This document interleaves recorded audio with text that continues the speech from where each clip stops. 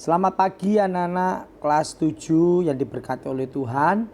Pagi hari ini kita akan masuki di bagian yang kedua di bab yang ketiga, yaitu baptisan sebagai tanda menjadi milik Kristus. Baiklah, untuk mengawali mata pelajaran kita pada pagi hari ini, anak-anak dapat memperhatikan yaitu awali pelajaran ini dengan berdoa. Kemudian anak-anak dapat membaca Alkitab Amsal pasal yang ke-8. Setelah anak-anak membaca Alkitab, mari simak baik-baik materi yang akan diberikan oleh Bapak. Kemudian buatlah tugas yang akan Bapak berikan di akhir mata pelajaran. Kemudian setelah itu anak-anak akhiri pelajaran ini semua dengan berdoa. Baiklah anak-anak yang dikasihi oleh Tuhan, mari kita akan melihat kembali tema kita atau bab yang ketiga, yaitu baptisan adalah suatu perintah daripada Tuhan. Dari penjelasan dalam kitab Matius pasal 28 ayat 18 sampai yang ke-20, di situ sangat jelas bahwa baptisan adalah suatu perintah yang Tuhan berikan, bukan hanya kepada murid-muridnya tetapi kepada semua bangsa. Dikatakan di situ, pergilah jadikanlah semua bangsa muridku dan baptislah mereka dalam nama Bapa, Anak, dan Roh Kudus. Lalu ajarlah mereka melakukan segala sesuatu yang telah kuperintahkan kepadamu. Jadi baptisan ini adalah suatu perintah dari Tuhan Yesus saat dia naik ke surga. Kemudian mengapa orang Kristen harus dibaptis? Yang pertama, kita harus mengikuti teladan Tuhan Yesus. Anak-anak bisa melihat di dalam kitab Markus pasal yang pertama ayat yang ke-9, di mana Yesus sebelum melakukan pelayanannya di dunia, dia mengambil bagian dirinya untuk dibaptis. Tuhan Yesus yang memerintahkan. Yakobus pasal 2 ayat 17 sampai dengan yang ke-18. Yang berikutnya adalah kita adalah orang yang percaya. Jadi kita percaya bahwa baptisan itu adalah memang benar-benar perintah dari Tuhan Yesus. Anak-anak bisa melihat dalam Ibrani pasal 6 ayat 1 sampai dengan 2, Markus 16 ayat yang ke-16. Kemudian siapa saja yang perlu dibaptis? Semua orang yang telah membuat keputusan untuk percaya pada Yesus Kristus. Ketika Paulus menulis untuk orang-orang percaya di Roma, ia mengasumsikan bahwa mereka semua telah dibaptis. Anak-anak bisa melihat dalam Roma pasal yang ke-6. Salah satu syarat baptisan adalah percaya akan Tuhan Yesus. Jadi siapa saja yang perlu dibaptis? Semua orang yang telah mengambil suatu keputusan. Ya. Kemudian, kapankah kita harus dibaptis? Nah, setiap gereja memiliki ajaran yang berbeda-beda, baik dari baptisan percik, baptisan selam, maupun baptisan yang lain. Nah, kapan kita harus dibaptis? Segera setelah Anda atau anak-anak atau kita orang yang percaya kepada Tuhan Yesus. Jangan menunda-nundanya. Kemudian orang-orang yang percaya dalam perjanjian baru dibaptis pada hari yang sama. Maksudnya apa? Dalam perjanjian baru mereka juga mengambil bagian dalam baptisan air. Setelah seseorang memutuskan untuk percaya pada Tuhan Yesus dan ia telah mencapai usia minimum 12 tahun, di mana dia sudah mengerti dan dapat mempertanggungjawabkan. Jadi orang yang dibaptis yaitu orang yang sudah bisa dikatakan menjadi orang yang dewasa, baik dalam rohani maupun jasmani, terlebih lagi sudah mengerti akan kebenaran firman Tuhan dan memahaminya. Kemudian, dapatkah satu keluarga dibaptis bersama-sama?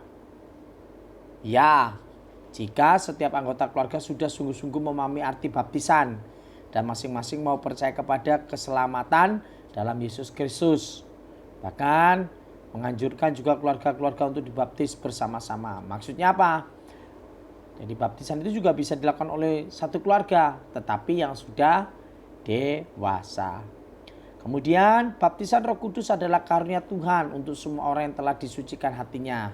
Anak-anak bisa membaca dalam Kisah Para Rasul pasal 1 ayat 4 sampai yang ke-5.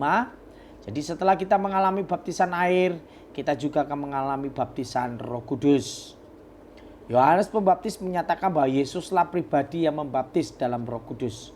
Jadi kita lihat kisahnya sebelum Yesus naik ke surga, dia juga berkata bahwa aku akan memberikan kamu seorang penolong, yaitu Roh Kudus. Sedangkan Paulus menyatakan bahwa Roh Kuduslah yang membaptis kita ke dalam Yesus Kristus, yaitu ke dalam tubuh Kristus. Jadi seseorang bisa saja telah dilahirkan kembali namun tidak memiliki baptisan dalam Roh Kudus dan urapan untuk melayani. Maksudnya apa? Kita bisa dilahirkan kembali, bukan hanya dibaptis saja secara jasmani yaitu lewat air, tapi kita juga dibaptis dengan kuasa Roh Kudus, ya. Kemudian, bagaimana kita dapat menerima baptisan Roh Kudus? Sesungguhnya baptisan Roh Kudus adalah karunia dari Tuhan. Jadi, Roh Kudus itu bukan pemberian manusia tetapi karunia dari Tuhan Yesus. Karena jelas dalam kitab Yohanes itu mengatakan bahwa baptisan adalah Roh Kudus dari Allah sendiri. Tanda awal yang menyertai orang dibaptis dengan Roh Kudus ialah berkata-kata dalam bahasa roh. Jadi kalau kita memperhatikan di gereja mungkin ada saat kita beribadah, saat kita bersekutu, ada orang-orang di sekitar kita saat kita berdoa bersekutu, mereka dibaptis dengan kuasa Roh Kudus sehingga mereka berbahasa roh. Dan tidak ada yang dapat mengertikan selain dari Roh Kudus sendiri yang dapat mengartikan bahasa-bahasa roh itu. Bahasa roh ialah suatu bahasa yang baru yang diberikan oleh Roh Kudus kepada orang-orang yang menerima baptisan Roh Kudus. Suatu bahasa yang tidak pernah mereka pelajari. Jadi tidak ada pelajaran yang mengajarkan tentang bahasa roh. Bahasa roh hanya berasal dari Allah sendiri dan manusia tidak dapat mengerti apa arti bahasa roh selain pemberian dari Roh Kudus.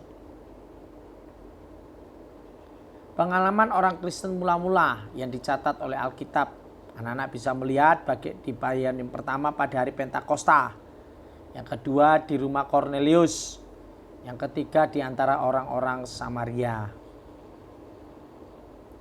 Para murid Yesus di Efesus, Paulus yang penuh dengan Roh Kudus, kita yakin dia berkata-kata dalam bahasa roh karena ucapannya kepada jemaat yang di Korintus, ya. Nah, itulah anak-anak di bagian bab yang ketiga, pengertian dari baptisan air maupun baptisan Roh Kudus. Jadi baptisan air itu adalah bagaimana benar-benar kita sudah dewasa, mengerti firman Tuhan dan memberikan diri kita untuk dibaptis. Jadi baptisan air itu bukan paksaan, tetapi memang benar-benar dari pribadi kita yang ingin mengambil bagian dalam baptisan air seperti Yesus. Setelah kita mengalami baptisan air, maka kita juga akan mengalami yang namanya baptisan Roh Kudus. Dan baptisan Roh Kudus itu yang langsung diberikan oleh Allah kepada orang-orang yang memintanya.